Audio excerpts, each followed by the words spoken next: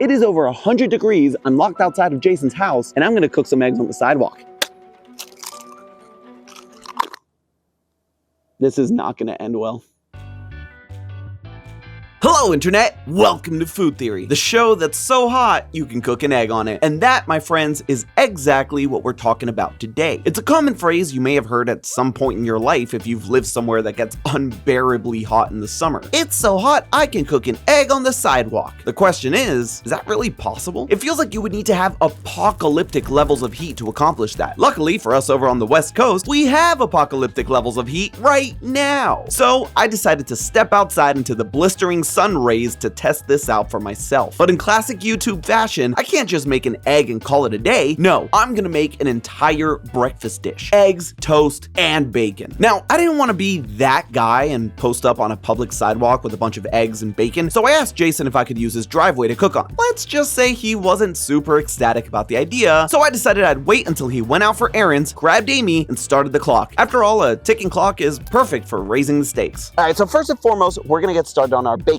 Now, it's gonna need the longest amount of time because it needs the most amount of heat. So what we're gonna do is put 2 slices of bacon directly on the pavement and 2 slices of bacon in a little tin foil baking dish. And hopefully one of these will cook. So let's get started. The aluminum foil dish will help serve as a comparison here. The metal of the dish should reflect heat from the sun and act as a sort of frying pan without actually being a frying pan. I'm only doing it with the bacon because of how much more heat it needs than the toast and eggs. Speaking of toast, okay, so the bacon is down and it's hopefully slowly cooking. And before we get to the eggs, there's one more component of this breakfast that we need, and that is good old toast. So what we're gonna do is spray both sides of our toast and lay it down in the sun. Now, hopefully we'll actually get a little bit of a toast as opposed to just bread getting stale. We're gonna leave this here and go over to our eggs. So while the bacon and toast get going, it's time to grab some grade A eggs and get cracking. And while we wait for that to heat up, let's look at where this whole thing started. If I asked you to guess when was the first time someone proposed that the sidewalk was hot enough to fry an egg, when would you say? The 70s? The 80s? The 90s? Correct! 1890s. On June 11th, 1899, physician Dr. Francis Henry Wade wrote a column in the Atlanta Journal-Constitution titled How to Keep Cool, where he said that the breaks around Atlanta that summer were hot enough to fry eggs. This is supposedly the earliest written record of people wanting to have their eggs with a side order of pavement. But unfortunately, old Doc Wade didn't actually test his hypothesis. Shame, shame, I know your name. But fast forward to the 1930s and we get our first documented example of people giving it a go. Apparently in 1933, actor Pat Rooney, not to be confused with his father Pat Rooney, got into a disagreement with his son Pat Rooney about how long it would take to fry an egg on the hot New York City sidewalk. Pat Sr. said it would just take 3 minutes, and his son said, bet, or whatever the slang would have been at the time. Indubitably? You betcha, daddy-o. Anyway, someone then snagged this picture of them and 2 onlookers in the middle of Times Square. Apparently hot enough to fry an egg, but not too hot for suit and ties. The 30s were a wild time, man. But as it turned out, according to legend, Pat Sr. was right, and the egg was cooked in under 3 minutes. Which, if that's the case, I better go check in on my egg. So the first one was disastrous. The white went everywhere. I am starting to see a little bit of color there, weirdly enough, but we've made this ring to keep most of the egg white in. Hopefully this will work. So here goes nothing. Egg number 2. Come on, come on, come on. That did not work.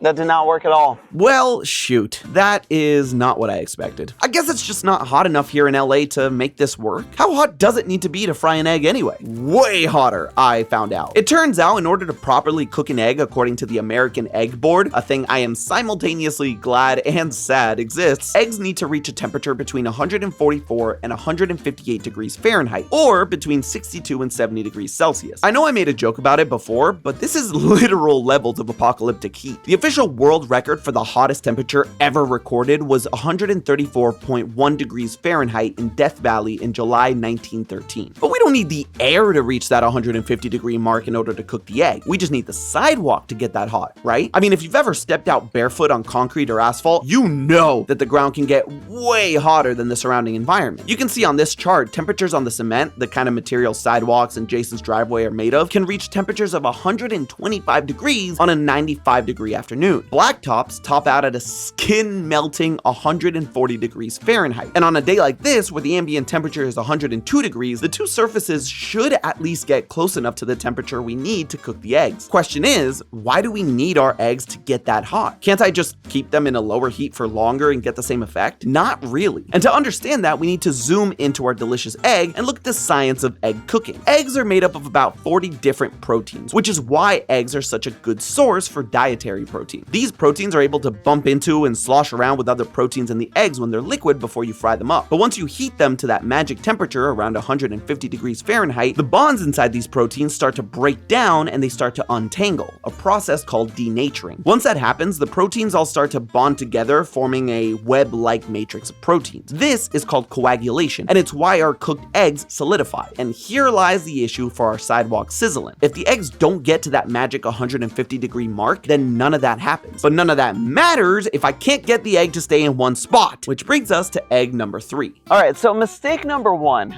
was agreeing to do this episode. Mistake number 2 was wearing all black on a day that it is 102 degrees outside. Mistake number 3 is whatever this is. But hopefully this will stop the egg from running out. This little contraption that we have invented here. And by we, I mean me. I did this all on my own, no help whatsoever. And it's actually working. There's minimal slippage, and it's actually staying in place. Huzzah! With the egg finally staying in one spot and not just running all over the place, the proteins will actually be able to bond with one another in the heat. Or at least they should. The other X factor in this dish is the bacon. Like eggs, bacon needs to be cooked to a temperature of at least 145 degrees to avoid all sorts of nasty bacteria like salmonella. I should clarify that that's internal temperature. So just having the cement or the asphalt almost get to that won't cut it. That's why leaving it out for the entire 2 hours on both surfaces is crucial to get anywhere near close to edible bacon. Half an hour later and the strips are definitely starting to cook. The fat is sort of rendering and the meat is actually kind of browning on the driveway. The heat was only getting more intense, so it was time to get cracking on egg number 4, aka the asphalt egg. Ooh, okay. This is a lot hotter than the pavement on the driveway. The asphalt hurts to the touch, so let's hope that this works out. And hope is definitely still hanging on, especially with how the bacon on the street's been cooking. What we see here in the bacon is that it is much more cooked than the bacon that was on the pavement. It's drier, the fat has been rendered. You can actually kind of see it's not as white anymore, it's a little more translucent. So it has been cooked. It's been more dehydrated because of how long it's been out here, but the temperature on the asphalt is clearly much higher than the pavement. Even sitting on it, my butt is burning, whereas over there, it was hot, but it wasn't uncomfortable. So I'm thinking this might actually cook. Oh, and I'm cooking, chef, in so many different ways. Can skin melt right off the bone in this heat? Food theory for another time. Meanwhile, I cracked the final egg next to my bacon and toast using our little plate contraption to keep it all together. This way, we have 3 different locations to ensure we have eggs with unobstructed sunlight. We need every leg up we can get since we're doing this au naturel. I say that because technically there's a rule book for this that we could consult. Every year since 1983, there's been a competition held to see who can cook the best sidewalk egg, smack dab in the middle of the Arizona desert along historic Route 66. The small town of Oatman, Arizona holds its annual egg fry competition every 4th of July. And by the way, when I say small town, I mean small town. 102 people small. I've seen more people in a tent. In fact, if you go to Oatman on any given day, you'll probably find more wild donkeys walking around the town than people. Actually, one of those donkeys, Walter, is the honorary mayor of the town. It's a literal jackass politician. And let me tell you, they take their sidewalk egg frying seriously. According to their rules, you can actually construct frying pans from aluminum or even a freaking solar oven like this. That oven actually won the 2010 contest and got up to 300 degrees Fahrenheit. Now that's totally fine and dandy by their rules, but to me, that seems a bit like cheating. It's like saying you're gonna cook dinner for your date and it's really just you heating up a frozen lasagna in the oven. So no fancy solar ovens, just good old-fashioned ground for me. But I'll definitely come to regret that decision after checking back in on the eggs. Oh, that is so weird. That is so weird. Get in here, actually. So, it's actually congealed, definitely solidified. It's not cooked, but it feels like a jellyfish. Ooh, and the yolk is hard. It's crunchy. This is so disgusting. I would never want to eat this, but I can't stop touching it. The slow and low cooking ended up making the whites of the egg feel more like a jellyfish than anything else. It's still completely transparent, meaning the proteins haven't fully denatured and rebonded, but they're at least partially on their way there. The first 3 eggs that we cracked, though, had something else going on that was interesting. The yolk had completely hardened on top, while the rest was still completely liquid underneath. The top of the yolk is just hard. It feels like the world's best pimple that you want to pop.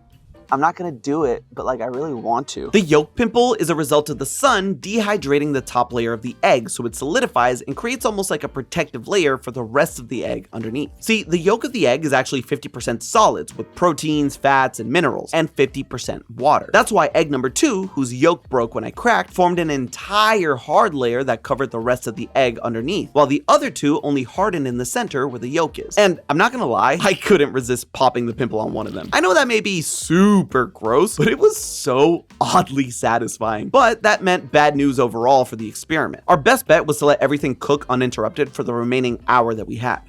All right, so it's been 2 hours, and that is the egg whites are a lot more congealed than the others. Unfortunately, a lot more was still way too uncooked to scrape off the ground easily. Hopefully, the other eggs are a different story. Looking at our first 4 eggs, it's much closer to a steamed egg than it is a fried egg or even a cooked one. Steaming is exactly what happened here. See, the biggest difference between the concrete and asphalt that we use for this experiment and, say, a stove is that the heat source on your stove comes from below and constantly, and the pan you normally use is a great conductor of heat. Concrete has none of those features. It's heated up from above by the sun, and it sucks at conducting heat. So even though it was close to the temperature we needed to cook our eggs when we cracked them open, as soon as the eggs touched the ground, they actually lowered the temperature of the concrete and cooled it. Without a heat source to bring it back up from underneath or even the sides, the eggs had no chance of cooking. And hours of dry heat slowly dehydrated the moisture out of the top layer of the egg, leaving it to steam up inside, which meant that the egg whites were almost completely gone by the time our 2 hours were up. Luckily, our final egg managed to not totally evaporate in the sun. So clearly the bottom was able to cook a little bit better. That's kind of a success, I would say. Wahoo! Count it! I mean, sure, the whites were gone and it's totally inedible, but it was cooked enough to scrape off the driveway while still being runny underneath. Without any aids like a solar oven or the aluminum foil pans the mad scientists in Oatman, Arizona use, this might be the closest we get to frying an egg on the sidewalk. I'll take that as a dub. And it's a double dub because the bacon actually turned out edible-ish. I'm gonna do something I'm gonna instantly regret, but honestly, I need to see how this tastes. So 5-second rule, 2-hour rule, same thing.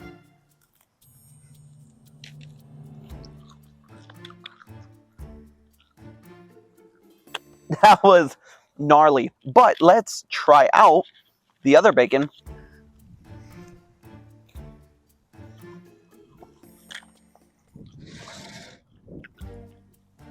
Honestly, that works. It's chewy. I'm gonna take that as a win. My stomach might need to be pumped after eating literal street meat, but I've accomplished my goal against all odds. We've got our dish all ready to go. We have a nice crispy toast, nice chewy, non-jerky bacon, and some jerky bacon, if that's what you're into. We've made breakfast in 2 hours on Jason's driveway. So there you have it. While getting a diner-worthy fried egg on the sidewalk may be almost impossible, I accomplished what I set out to do and made the world's slowest eggs and bacon in the most inconvenient way possible. But I did it all with nothing but the ground and my naive optimism. Now, if you'll excuse me, I gotta go clean up before Jason gets back and lie down after having that bacon. But as always, remember, that's just a theory. A food theory. Bon appetit. And if you feel like you've been lied to for years about how easy it is to fry an egg on the sidewalk, brace yourselves, because you've been lied to about vegetables. Click the link to go watch me unravel that conspiracy, and as always, I'll see you next week.